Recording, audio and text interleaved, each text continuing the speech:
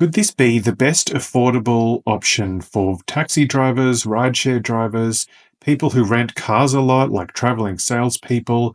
Yes, I think it could be. The Vantrue Nexus N2X Dashcam is really great for these kinds of people. Also for you, if you like to rent cars while going on long holiday trips. I've been testing one that Vantrue sent me for review for 3,000 kilometers across many review cars that I've been testing recently, the Kia EV5. Please contribute. It really helps my independent, honest journalism. MGS5, the Geely EX5, and my own MG4. What makes this dashcam different from so many others on the market is it has two views built into the same unit, a 158-degree forward 2.7K camera and 165-degree rear-facing interior and side view camera. The rear camera obviously won't show you detailed license plates of cars behind you, but it will show you what's happening inside the car, and you can record sound optionally as well. The infrared is why the internal view is black and white. Thanks to the 4 II lights in the rear view camera, the inside vision is really great, much better than it would be with just standard color vision. Look, this is not 4K vision going forward, but the 2.7K default or 2K, the difference being the amount of height that is recorded in the recording, is pretty good. Especially that's because of the Starvis 2 sensors used in this dashcam. Older dashcams and other brands sometimes use older camera sensors for front and back views, which result in poorer image quality and poorer processing and more blur. The voice recording functionality of the Vantrue Nexus N2X is far superior to other dashcams that I've tested recently, including a Uniden. The dashcam can be controlled by various commands, such as saying lock the video to store a certain segment of video or take photo, and there are a whole bunch of other commands shown on screen. In 5 languages, you have to issue the command in the language chosen for the system. I've used the lock the video command extensively during my long road trip in the Kia EV5 and also in a recent media review day for the new Hyundai Inster, where I was driving with the Driven's Tim Eden. You can either place the camera in various places on the windshield and it will give you a different interior view, which is either equal of both passengers or more on the driver side and the driver window side, whichever is more useful for you.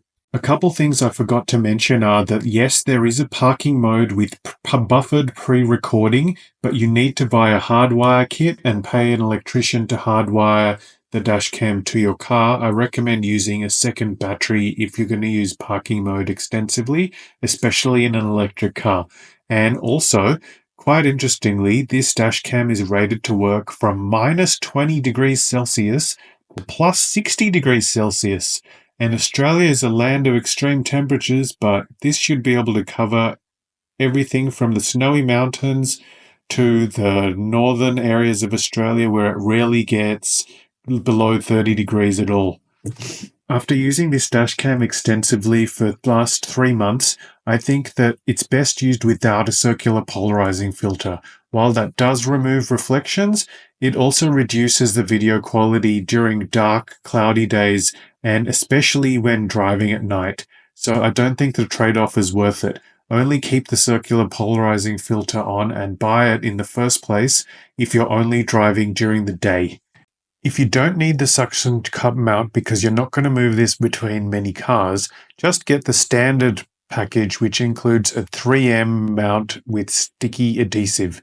But don't stick the sticky adhesive straight to the windshield. Use the electrostatic sticker. It is much, much easier to remove than putting 3M adhesive straight onto the windshield by itself, which will need a plastic crowbar to remove and some force, potentially also a heat gun or hairdryer. You can really tell that Vantrue designers thought a lot about how this dashcam could be useful for Uber and taxi drivers, food delivery drivers, long-term rental car owners, and also people who hire cars for holidays, because it supports a suction mount.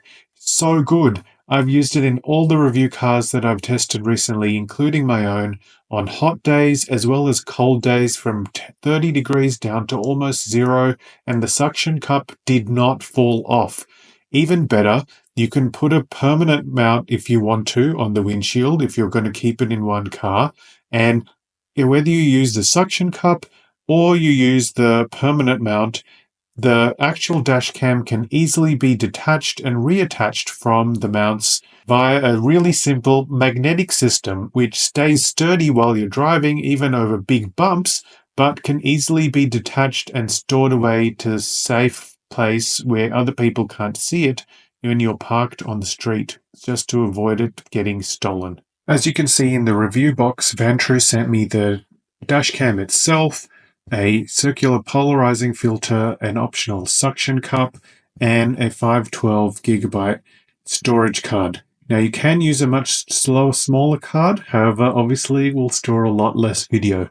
Roughly speaking, 512GB will store about 40 hours of video, which is good for professional drivers who need to potentially look at a trip that they drove many days ago, but otherwise, for normal drivers, you can easily get away with a 256GB card. Circular polarizing filters are best for drivers who drive almost all the time during the day because they help to remove glare and increase color and saturation of the video.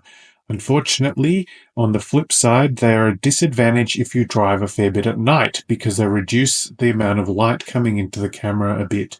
So it's a trade-off. Decide if it's a good idea for you. One thing that's interesting in this packaging you'll notice is that there's an actual paper user manual with useful instructions.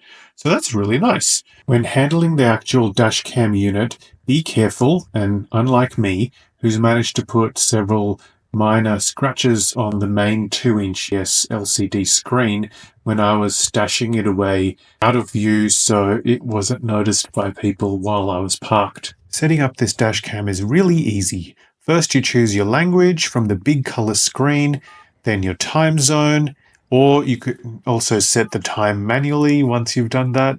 Otherwise, the camera will pick up the time while you're driving using GPS satellites. Set up the date format to match whatever the country you're in uses. We do Didi MMYY in Australia. Choose 50 Hz electrical frequency for Australia and kilometers per hour, not miles per hour, obviously. For most new phones, you'll want to choose 5 GHz for data transfer over Wi-Fi between the dash cam and your phone of video segments that you need. And then once you put in the card and formatted it, you'll be ready to go. Well, not quite. The next thing you have to do is add the dash cam to your phone if you want to have connectivity to easily transfer videos and photos or see GPS information, etc. Once I had downloaded the Vantrue app from the Google Play Store, it literally took me less than 1 minute to connect it to my phone and have it up and running, ready to magnetically attach to the mount on the windshield. Besides downloading video with it, you can also see a live view of the dash cam using the app. Anyway, once I had done that, I attached it to the suction cup via the magnetic lock, and away we go. I've been testing it ever since. Thanks for liking, subscribing, and sharing my videos. It really helps me make more videos like this for you. And have a look at the suggested videos up above. I'm pretty sure you'll like those as well. Thanks, and see you later.